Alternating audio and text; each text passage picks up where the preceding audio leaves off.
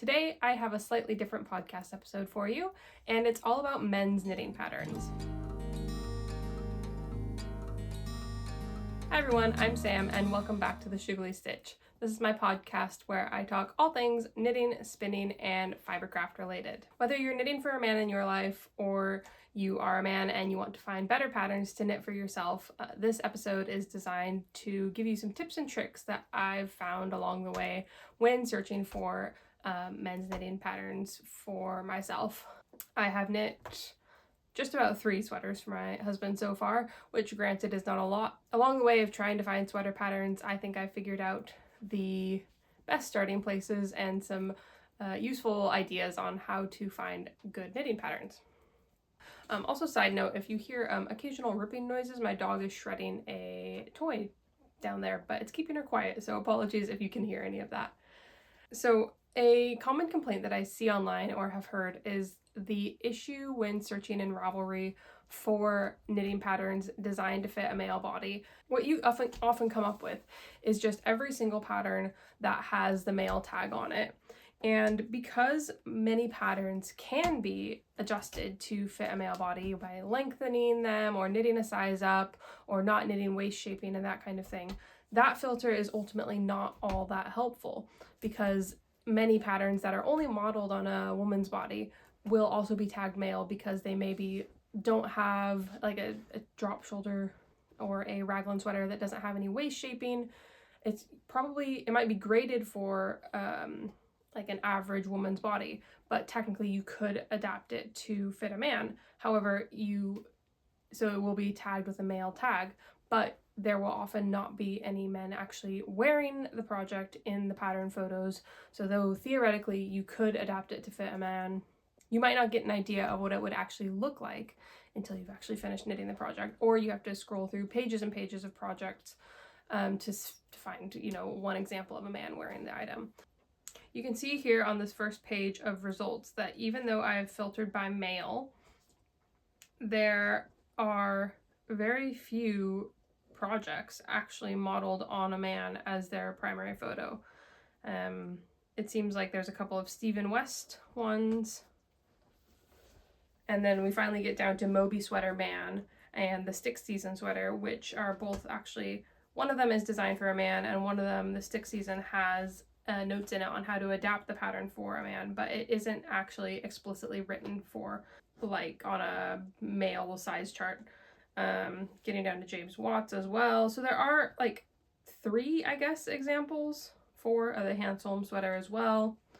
So if I filter by man, there are 6 patterns on that entire first page, filtering by man and in the category sweater, that actually are modeled on a man. So I understand the frustration of people when they can't actually find patterns that they know what it'll look like on a male body. So my goal today is just to share some tips and tricks that I have found when searching for patterns for knitting for my family or for my husband. One of the first things you can try, which I've had levels of varying success with, is further filtering your search in gender by male and so not female and male. So what this shows you is patterns that are tagged only male but not female. Although again, this seems to be of varying levels of success, and potentially it just comes down to issues with the actual designers in tagging their projects, because the book club cardigan has come up. And you can see here in the tags, it looks like just an error. She seems to have tagged it male, not tagged it female. She has tagged it unisex. But again, all of the pattern photos are just on Sorry Nordland. So it's quite annoying when it's tagged as male. Same thing with Petiteknit here. She's tagged it male and unisex, but not female. But then we do get on to more projects, particularly from Petiteknit, that are tagged specifically male and are modeled on men. The problem is that it will eliminate projects that genuinely are unisex and can be knit for a man or a woman and are also modeled on a man or a woman. But this is definitely a good starting point to narrow down from projects that have the female tag in them. The other thing that I would share before starting to, this is kind of veering into how to choose the correct pattern for someone you're knitting a gift for, but when knitting for a partner, a friend, a family member, anyone, particularly people who don't knit, there's a few more things that you need to take into consideration. We are obviously, as knitters, kind of really deep in the weeds as far as materials used, particular styles of sweater, there's raglan, there's drop shoulder, there's all these different set-in sleeve, that kind of thing. But whoever you're knitting for might not really know those finer details, will probably not know the names of those particular styles of construction, for example, if they are open to you knitting them a sweater, which not everyone is, because not everyone wants to deal with hand knits or wool, etc. They probably want something that just fits and feels nice. So you'll need to be a little bit more cautious potentially when it comes to style, as far as fitting something that's a little bit more of a commercial style potentially. If you do something that's more in the style of what you find in the shops, it may mean that that project gets worn more, because the last thing you want to do is take on this project that will take a long time to make and then it just sits there and doesn't get used. So some things that I take into consideration when knitting for family members that I know maybe don't want to deal with hand washing, or my husband, for example, he likes my hand knits, he appreciates them, but he doesn't necessarily want something that, he wants the finishing to look quite nice and not be a bit wonky. Like something that I might be a bit more okay with wearing myself, even though it's a little bit wonky, not exactly how I intended for it to turn out. If the collar, for example, doesn't quite fit him right or looks weird, he's probably just not going to wear it. So you need to think about all those little aspects and what might make someone not wear your finished project. So a few things that I would think about is weight of the sweater. Commercial knits, I have a couple here, are often much finer. So you can see the kind of drape on this. And if you look closely, it's not very thick. You can see my thumb kind of through it. This is actually, I think, some kind of version of a tuck stitch or brioche, and it's a set-in sleeve construction. So commercial jumpers are often thinner. This is maybe about a fingering weight, or I would say maybe a sport weight yarn would knit up fairly similarly. This one as well, another example. This is actually a raglan construction. If you look closely, you can see there's a seam there from the collar to the armpit. So even though it's a sewn raglan, it is a raglan. This is also quite a thin jumper. And just in general, you'll find it a little bit harder to find commercially knit jumpers that are as thick as potentially some hand knits, which there's nothing, it's not inherently better one way to have a thinner jumper or a thicker one. Obviously, if you're knitting it, you may prefer to use a heavier weight yarn. It just might mean that it goes a little bit faster. But if you're knitting from wool, which so many of us are, you also need to think about the wearability of that piece. So a thicker jumper will obviously be warmer. Does the person you're knitting for, some men do tend to run warmer than women as a, overgeneralization, but that is quite a common thing. Will they be able to wear it inside?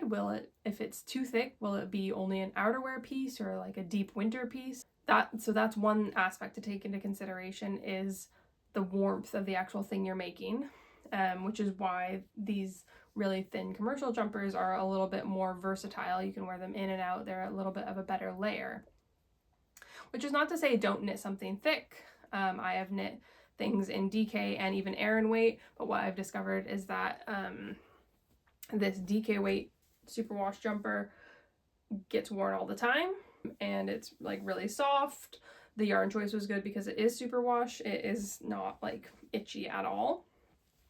So my husband wears that one all the time, almost like a sweater, whereas this bigger Aran jumper, literally made from like Aran weight yarn, is a bit more of an outerwear piece and gets worn when it's really cold, more when he's going to be outside on like a walk, or like knows he's going to be in cold weather, but it isn't so much of a just sit around inside and wear a big woolly Aran jumper, just because he does tend to overheat in it. So that is one thing I would take into consideration.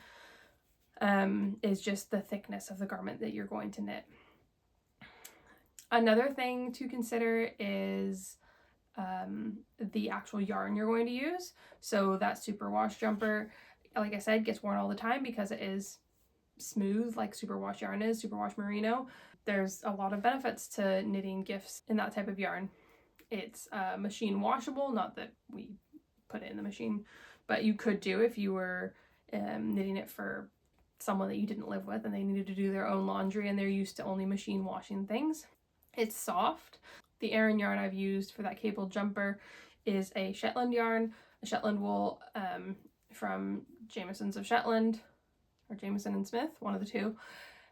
So it is a little bit more textured, a little bit more prickly. I'm not going to say it's scratchy, but it's definitely not like a super soft merino wool that you'll find a lot of commercial knits are made of. So if people aren't used to wearing itchy wool, you'll need to seriously consider what the best yarn choice is going to be for your project. Again, so that in the end, your project actually gets worn.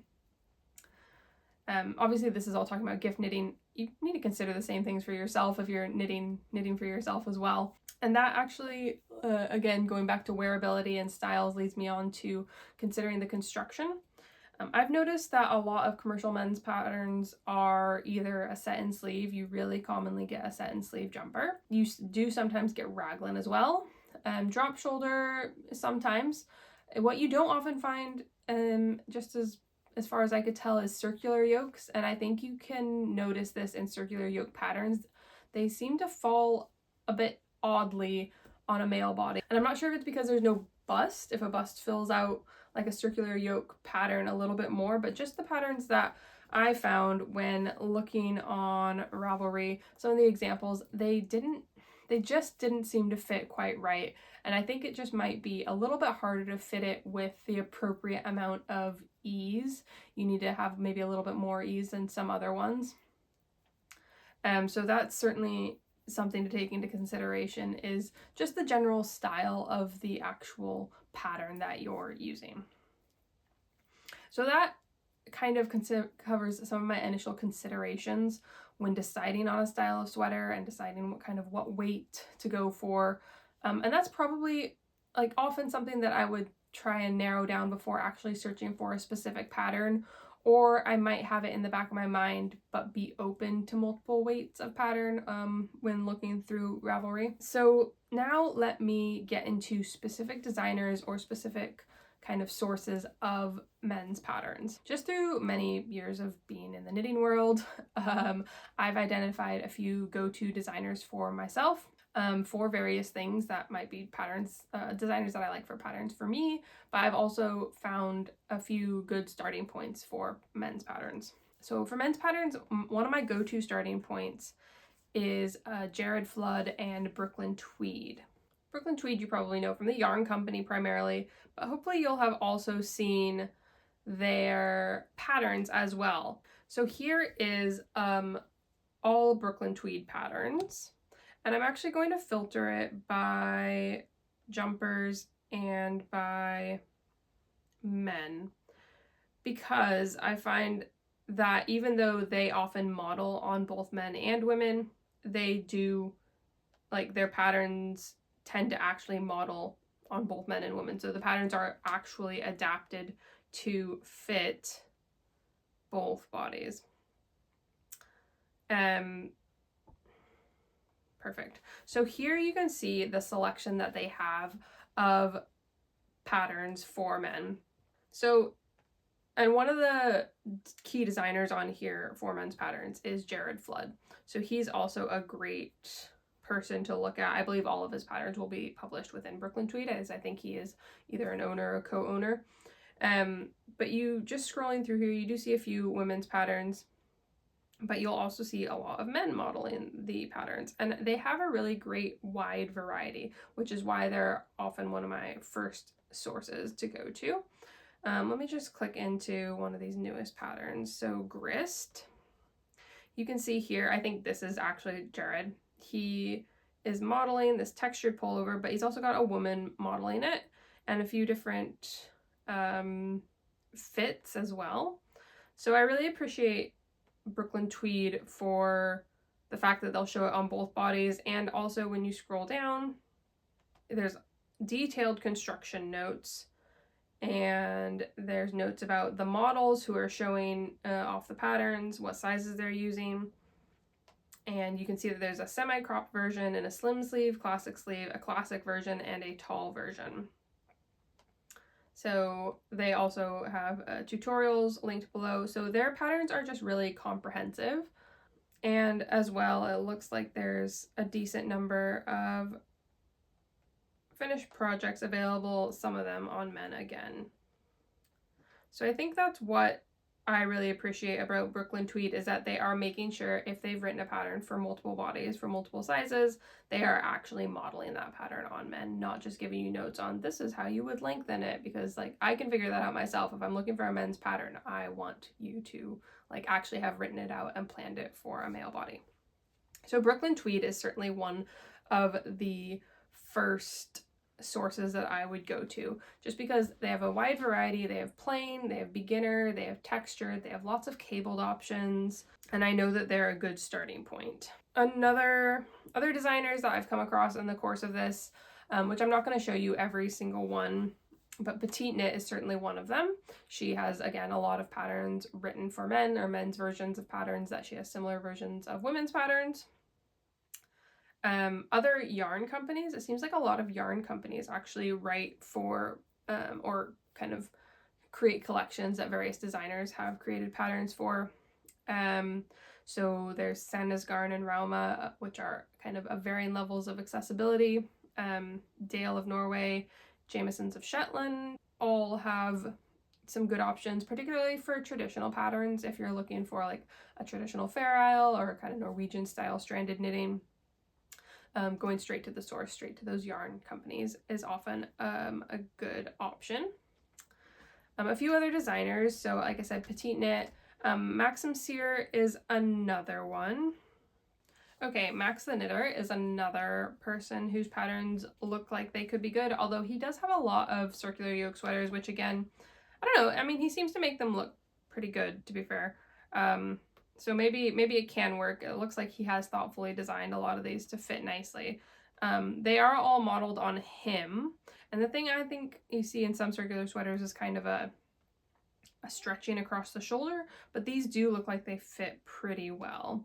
And he does have a bit more variety as well. He's got really unique designs. So if you're looking for a not just kind of standard boring sweater, but you want something with a bit of a design or a texture, he's probably a good person to look at. See, I think this is what I was thinking when I was saying it's hard to fit a circular yoke like this.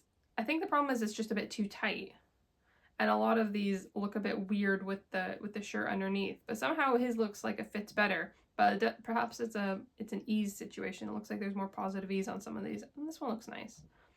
That one may be too tight. So yeah, it's just working out the correct amount of ease on some of these can be tricky. But Max the Knitter is certainly one you could go to, as well as Single Malt. I've seen a few different people knit that. I think that's a raglan if I remember correctly. Yeah, and that's a nice textured one. So he is another designer that I've seen a lot of good men's options from and modeled on a man as well. Just a couple more options. Woolfolk, the yarn company. So Woolfolk is another yarn company, and they also seem to have a variety of designs, kind of classic, but some more unique ones as well, which they have collections that come out kind of every so often for in conjunction with their yarn releases. And I've actually knit one of their designs as well, but you can see there's a lot of men modeling a lot of these designs as well, so you can get a better sense of what the patterns are actually going to look like on a male body, which I always appreciate. And they often actually model them on a man and a woman, so you can see here a lovely cabled pattern shown on a man and a woman. So that was Woolfolk. Some of the designers that have been around for a while are also good options. So let's take a look at Norah Gaughan. Norah Gaughan? Norah. I'm going with Norah Gaughan. Don't know if that's correct. So Norah, as you can see, is prolific, has over 1,000 designs. She has a small men's collection here, which is a recent collaboration with Barocco. Again, obviously modeled on men, but let me just go to advanced search and filter by male again. Again, the proportions of a lot of these is not, like, it tends to be they do have a lot more female patterns than male, but they do still have a selection of men's patterns. And the other thing I'd point out on some of these is don't be afraid of a pattern that the photos look slightly dated. Make sure you're looking at the actual finished object. Like, do you like that? Could you envision it in a modern styling? Because some of these will be, you know, getting a few years old, potentially. I mean, some of these are really, like, from the 90s, not that that's old, but in terms of modern knitting patterns, is a wee bit older. So this is a 2009 pattern, and I'd say the styling is not exactly the most modern thing, but the actual pattern, Gansey inspired style, you could certainly see being worn and made a bit more modern today.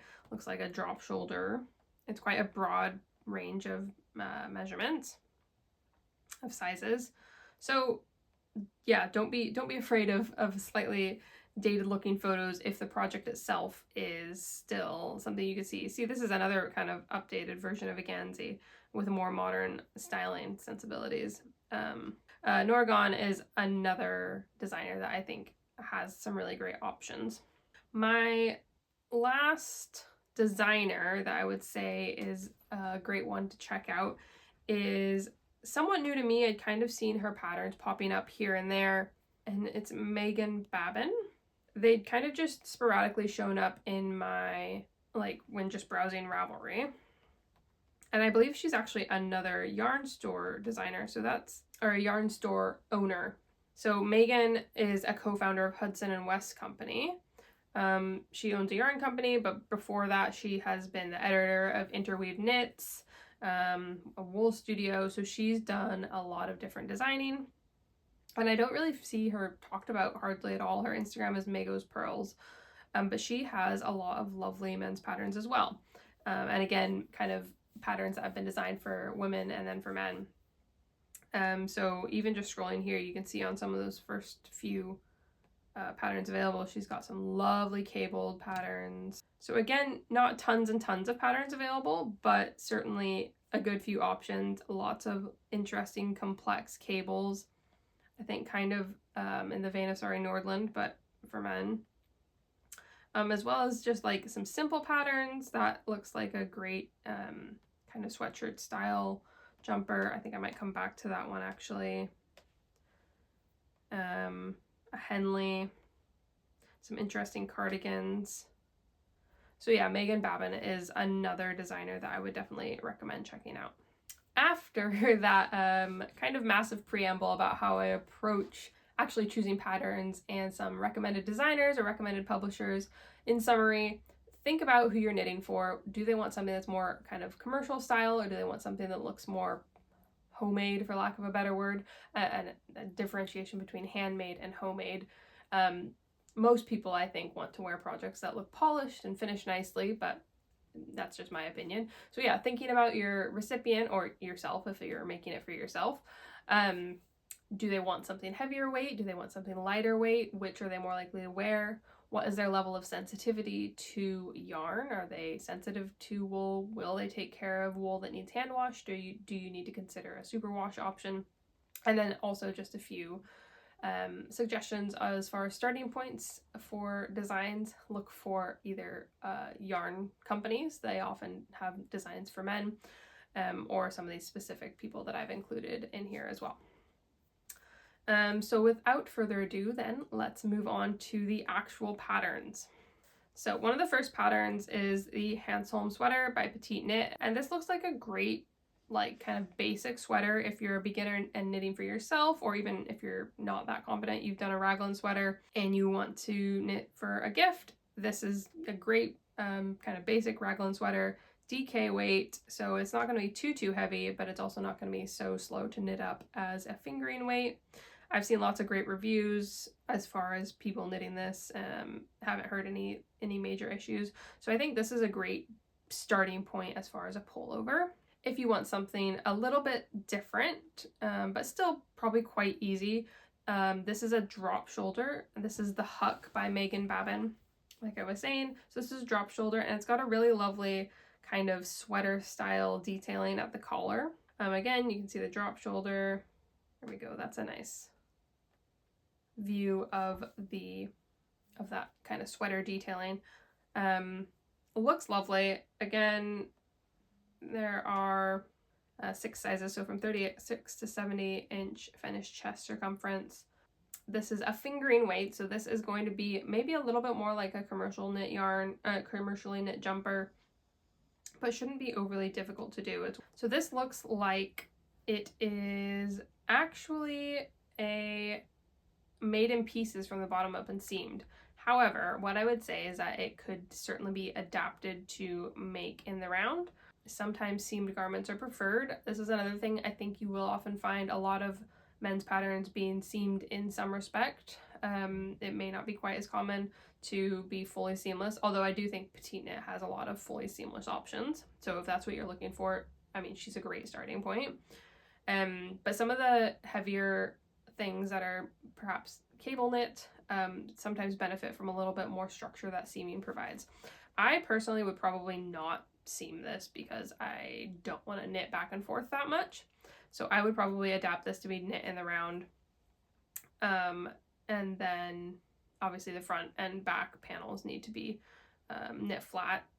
But yeah, I would probably not seam this. But it looks like a great pattern as well for kind of basic, but with a little bit of something special to it. Moving on to a cardigan, and this is another seamed pattern, and it's a Brooklyn Tweed pattern. It is the Longfellow, and you can see here that it is shown on both a man and a woman again. And this is something I've been working on actually just recently. I'm working on the seaming up aspect of it right now. And again, I don't mind a bit of seaming because it does provide that structural integrity. So this is a front panel, and I just finished yesterday sewing the pocket on. So you can see in the back, there's my seams. It's like a inset pocket, I guess. So the front looks pretty seamless. Well, you can obviously see that it's double layered, but like this is all one piece of fabric, and then the additional pocket lining is added on the back. But this pattern, Longfellow, is kind of like a really good basic cardigan, which is what my husband requested for this particular project. It is fingering weight, it's set in sleeves. I think it's about as close to what you would get from a commercial cardigan as anything else you'll find. And again, I appreciate that they show multiple views of this one on a man and a woman, so you can envision how it might work both ways. And there's a flat lay of it. It's just a really basic set in sleeve cardigan. But I think it is a great option if that's what the person you're knitting for is looking for. That is the Longfellow, and that is worked bottom up. Do some shaping once you get to the top. The patterns are well written. Brooklyn Tweed patterns I find really comprehensive, and they have a great guide to seaming on their website if you aren't confident in that. So moving on to a recommendation for a textured pullover. My 2 suggestions are actually, again, 2 Brooklyn Tweed patterns. One of them I have knit before, and again, this goes back to the styling may look a little bit dated, but don't let that put you off. This one is not knit flat, it is knit in the round, from hem to underarm. Then you bind off stitches for the underarm, front and back yoke worked back and forth to the shoulders. And it has a folded over collar. There's optional patches, which I did not do. But again, I think this styling is very kind of mid 20-teens, yeah, 2013. So, which I would say this styling is, but that doesn't mean the actual pattern has anything wrong with it. And that is actually this jumper that I knit for my husband in Madeline Tosh Merino Light, I believe. Tosh Merino DK, whatever it is. It's a great pattern. It's a really nice texture without being, well, in person the texture shows up quite nicely. It's kind of like a seed stitch almost, 2x2 knits and purls. This is actually the second time I knit this jumper, because the first time I made it was for when we had really just first started dating and we were still doing long distance, and my husband came over to visit me like for Christmas, and so I'd made this sweater for him, and it luckily fit without him ever trying it on, which is quite lucky, because now every time I knit him something, he needs to try it on like multiple times throughout the process. But unfortunately, one of the other times we were headed home to visit my family for a different Christmas a few years later, he left it in an airport and was absolutely devastated, so I said I would remake it in the same color.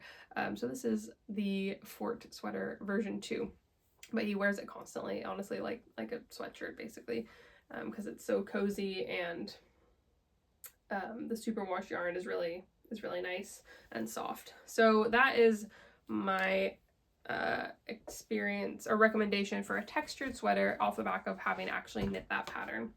It's pretty straightforward. Again, you'll need to seam in the set-in sleeves, but once you've done it once, it's not that bad. You just need to take your time when doing it. So that is one textured pattern. The other pattern I would recommend is this grist pullover, again by Jared Flood off of Brooklyn Tweed. I just think it's really lovely and a really like interesting way to add dimensionality to a kind of plain project, but it still looks like a plain sweater from a distance, like it's just a solid color, but it's got a really fun texture. So this is one that I actually might add to my queue, and this is a drop shoulder sweater, a take on a traditional fishing sweater. So again, it's that Gansey style, seamlessly from the top down. Oh, so it's actually seamless, this one, which is great. And it's kind of worked in the style of a lot of drop shoulder. So you work the back flat to the underarm, stitches picked up for both fronts, worked flat simultaneously to the back of the neck, and then you join in the round eventually. And then you pick up sleeves and work those. So again, that's going to be a pretty easy textured pullover if you're already used to doing those kind of seamless style pullovers. Okay, so onto a textured cardigan. And this is a suggestion for a pattern by Maxim Cyr. It looks kind of like a similar texture to the Fort pullover that I've done. This is the old-fashioned cardigan. So it's the cardigan version of the single malt sweater. A top-down raglan construction, easy to memorize, knitted in air and weight. So this is going to be super cozy. And again, this is where you need to consider, does the person you're knitting for run cold? Are they gonna get use out of this? It could almost be like an outer layer piece, jacket style. I can't quite tell what the texture is. Maybe like a seed stitch. Should be pretty easy, beginner friendly though if it's raglan and seamless. Not sure, but it should just be knits and purls. So I think this is a great option as far as a cardigan, kind of an outer layer piece, but something that a bit more interest than just this plain simple cardigan. Okay, everyone I think I think a lot of people love a classic cabled pullover. So I have a few options here. The first is the pattern that I've actually knit for my husband. You can see it here. It's called Strandhus, and it's a Woolfolk collection, but the pattern is by Vita Romanenkova. Yeah. And again, it's shown on men and women. Now this pattern is designed to be knit flat and seamed, and it's a raglan style seaming. So you knit flat all the way up, and then you would have these kind of wedge pieces at the top, shaping for the raglan. I, again, modified this, so this is not knit flat and seamed. It is knit in the round, and I added a faux slip stitch seam here. Here on the body. I didn't want to do all that seaming. I did seam the sleeves onto the body because this is just, here's where the raglan seam is, and this is just a mattress stitch. So mattress stitch on stockinette is really not that difficult to seam together, so you can see the actual seam there. So that's quite straightforward because it is just a straight line. It's a little bit easier than a set-in sleeve. So if you are a beginner to seaming, I would actually say that a raglan seamed jumper is very doable. Now, my one caveat on this jumper is that if you look at this picture, you can see just how wide this neckline is. And this is where it pays off to pay a lot of attention to the modeled photos, and it's why I really prefer to have men's patterns that have modeled photos in them. Because look how wide this is. It looks pretty normal with the collared shirt that this guy has on. And it doesn't look too bad in this photo either, which is why I didn't pay much attention to it. It's even more, well, it's not obvious in the woman's photo because her hair's in the way, so that's annoying. It's like they did that on purpose. But when I first finished knitting this pattern, the collar was like mega wide on camera and it looked really weird. So it was actually right about here on the sweater. I mean, you can actually kind of see a color difference on the camera. So where this kind of line is a new ball of yarn, slightly different color yarn. It doesn't show up in person, but on camera it kind of does. That is where the collar originally ended, all the way around. So it was this mega wide collar, and on the back it looks even more kind of egregious. It ended here. So it was so far down. And so when he wore it, it was like way down here, and the t-shirt he was wearing under just stuck out. So I ended up I'd already seamed it together. I'd already put the collar on, obviously. So then it's like, well, what do I do next? So what I ended up doing was taking the collar off and then picking up all those stitches and adding a bit on in the round. So I didn't unseam it. I just picked the pattern up and kept doing it in the round, and it worked out. It looks pretty seamless. I'm actually really proud of that adjustment.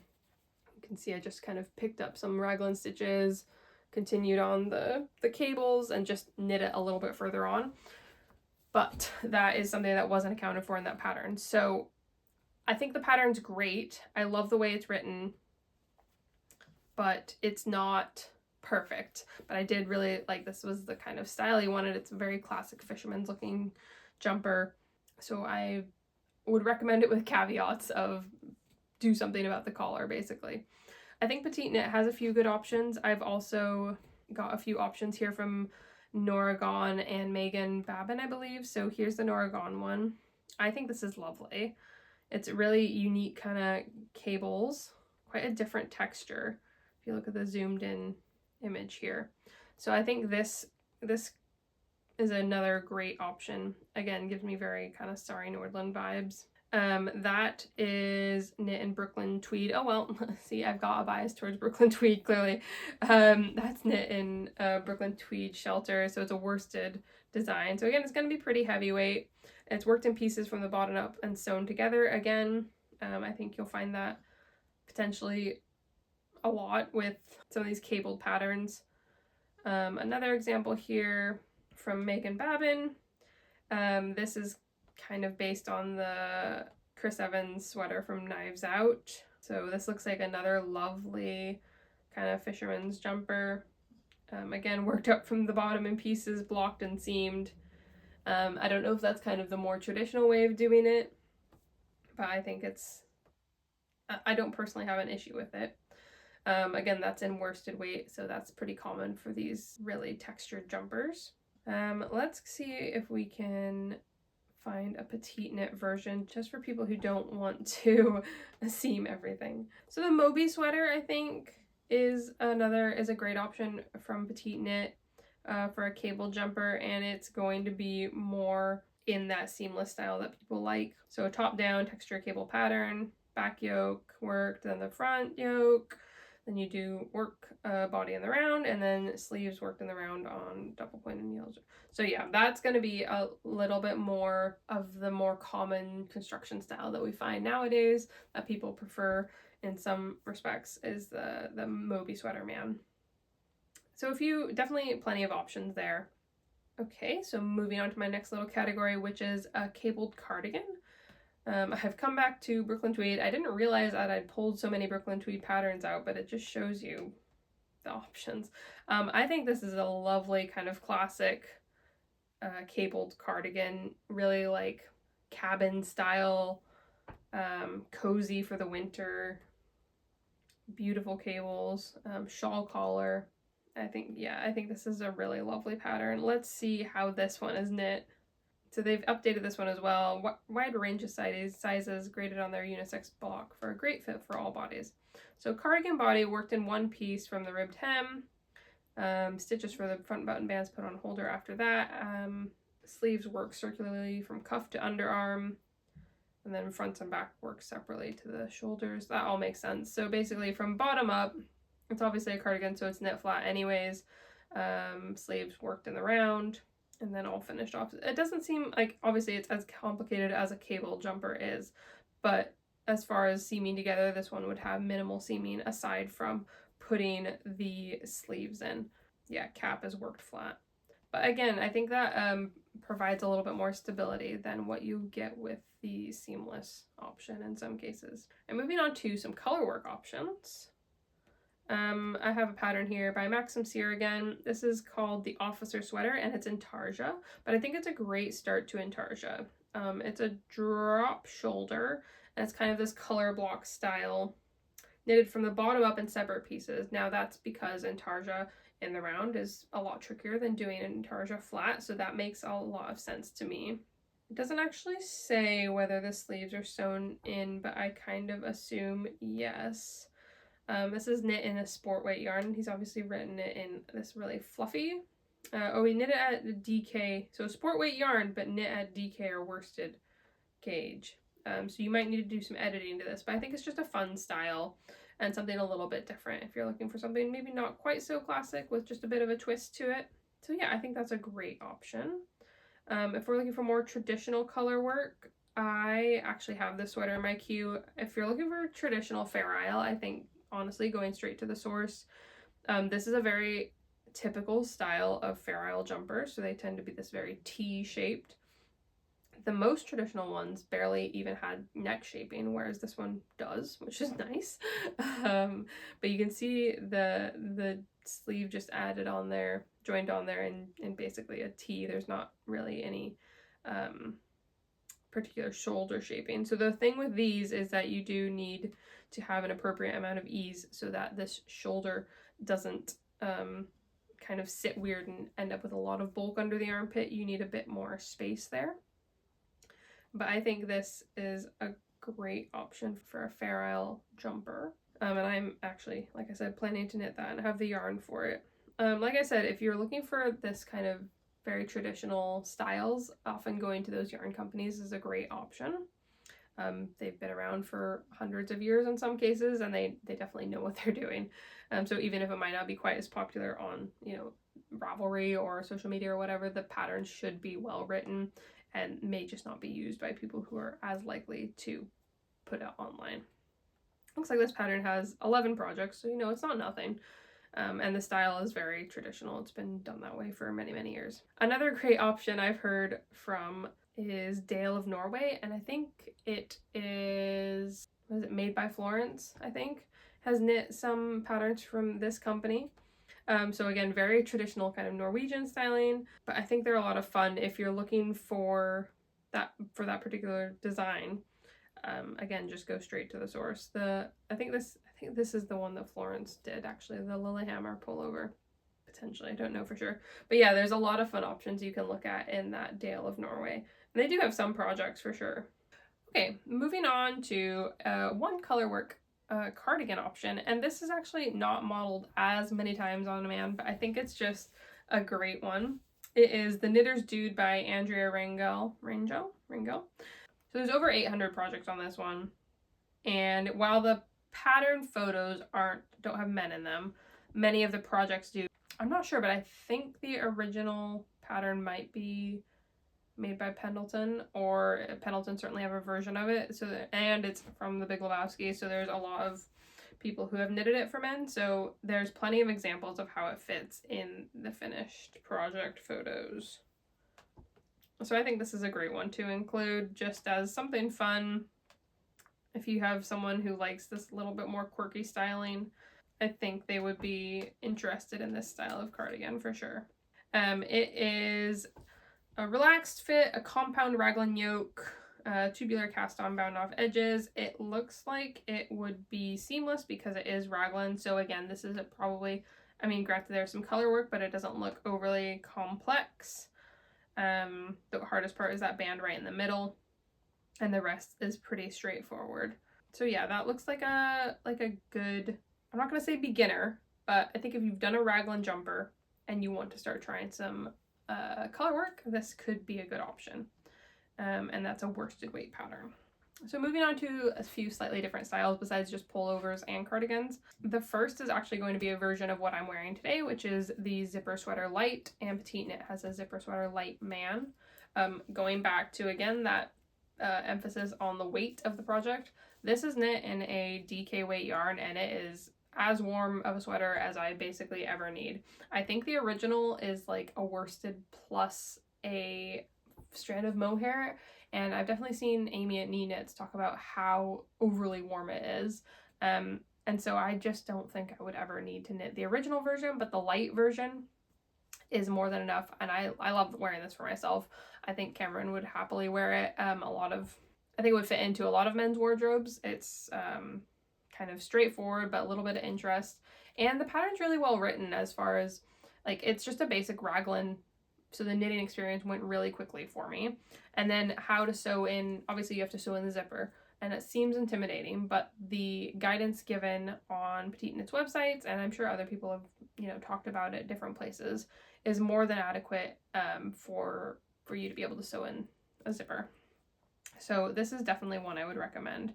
It's worked from the top down, so you do the collar first and then knit that collar together because it's a double layer rib. And then you do the yoke, doing raglan increases, and you have to work flat in order to create this zipper insert. And then you just knit the rest of the body. So once you get past the zipper part, it's just circular in the round, and the sleeves are all in the round as well. So yeah, highly recommend the Zipper Sweater Light pattern. And there's certainly other quarter zips out there, and a few even zipped cardigans available as well. But I just like kind of the simplicity of this one. I feel like Henleys are having a moment right now. And turns out I found another Brooklyn Tweed pattern. This is by Julie Hoover, who I think, I haven't investigated her patterns as much, but her name's definitely come up before, so I will look into that. That's another point about patterns, finding patterns. If you find a pattern in, you know, one of these kind of collections, you know, by Woolfolk or by Brooklyn Tweed, go investigate the rest of that designer's patterns as well. Because once you found one thing you like from them, you're very likely to find other things as well. I think this is just really lovely. It's, again, a set-in sleeve, so I suspect it will be seamed. Pieces worked flat from the bottom up, sewn together. I would probably knit this in the round, to be honest, until I got to the underarms, just because I don't, like, why do extra seaming, basically. Thermal texture stitch is what they're calling this, so hard to tell if it's some kind of slip stitch situation or a kind of different type of seed stitch, but it looks like it'd be nice and cozy. Oh, knit plush and textural fabric created by knitting into the row below, set in sleeves. So I think this could be a really good classic piece. It's almost like a version of this quarter zip, but obviously with buttons. And it's in worsted, so again, a good kind of transitional outerwear piece, which is often how I wear this. If I wear this with as is, or maybe if it's really chilly with like a puffer vest over the top, it's great for outerwear. And I could see this piece being very similar. So that's Sawyer by Julie Hoover. And it's a worsted weight pattern. Another one, another Henley that I found that looks fun, again worsted, came out recently actually, by Alicia Plummer. A little bit simpler, but still has this kind of detailing across the chest, kind of a ridge there. More of a drop shoulder rather than a set-in sleeve. Unisex design for all bodies, so a deeper armhole side and a wide crossback for comfort and movement. So that seems to be the main difference between a woman's block and a men's block. And worked in the round from the bottom up, slip for upper body and armholes, button band seamlessly, sleeves picked up and knit in the round. So again, if you're not looking to seam something, another great option. And it looks like a really fun pattern. Next, I wanted to find a turtleneck or roll neck jumper, and I think this is a lovely one, and this is not a designer that I hear very much about, but she does seem to have a lot of cool patterns. Albiona McLaughlin, I believe, is Irish designer, and this is a unisex, well, no, two separate pattern files are provided, so a woman's and a men's version, which love to see it. I love that she's included both versions in one pattern. Let's see. So she is wearing it here as kind of a long turtleneck unfolded. This men's one looks like it's just kind of a folded rib, like a double folded collar. Oh, here she has it kind of folded up. Oh, there's the men's. So this is what I was looking at. The men's version, which is a double folded roll neck. I just think it's a great classic jumper. Like, who doesn't want a big, cozy roll neck jumper to do that kind of like you're in the Navy or like you're a sailor. I don't know. That's what it makes me think of. This looks like, so it's worked seamlessly from the top down, contiguous saddle shoulder construction and short row neckline shaping. So it looks like a really interesting, I love a saddle shoulder. Slightly different than anything I've shown so far. And it looks like it has a high level of guidance provided as well. She mentions there being an appendix with step-by-step explanation. And this is an Aran weight, so it would be a really quick knit. So definitely a warmer knit, but really cozy for the winter.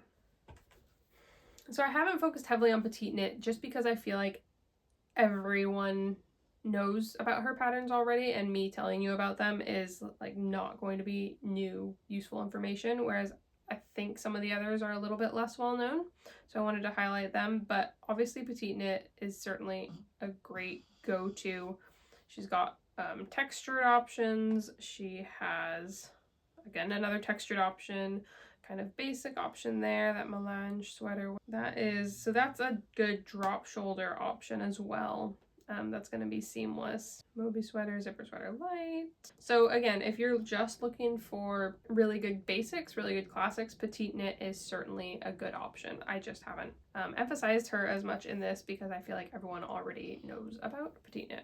Alright, so that's all I have to share with you today. I hope that this has been a useful look at how I kind of approach project planning for men's projects, as well as hopefully an introduction to some designers that you maybe hadn't heard of or hadn't seen as much about. Let me know if you've knit any of these patterns, or if you have any go-to men's patterns, or let me know if you're planning to make any projects off the back of this video. I really enjoyed speaking with you all today. Thanks as always for sticking around and watching till the end. And as always, if you'd like to like, comment, or subscribe, that would be much appreciated. And I will see you again in the next one. Bye!